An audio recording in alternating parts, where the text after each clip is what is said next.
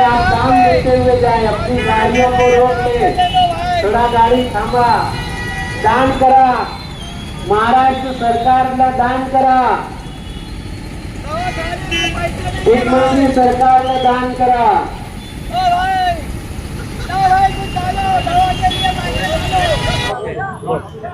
Malegaon civil hospital में 6 महीने से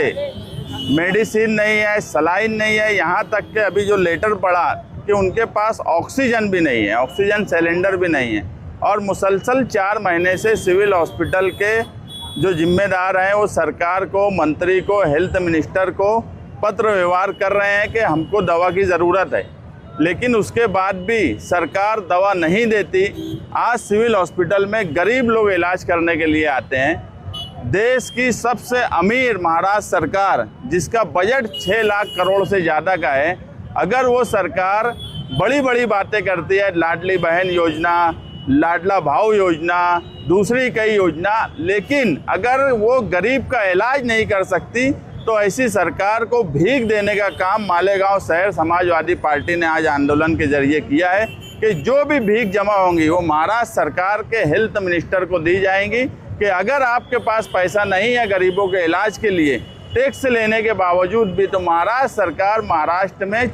भीख मांग ले, चंदा मांग ले, मगर गरीबों का इलाज करे। ये सरकार को जगाने का काम है कि ऐसी सोई हुई सरकार, यहाँ के पालक मंत्री एक पावरफुल लीडर होने के बाद अगर मालेगांव शहर में दवा गोली नहीं आती है तो ये बड़े शर्म की बात है, क्योंकि गरीब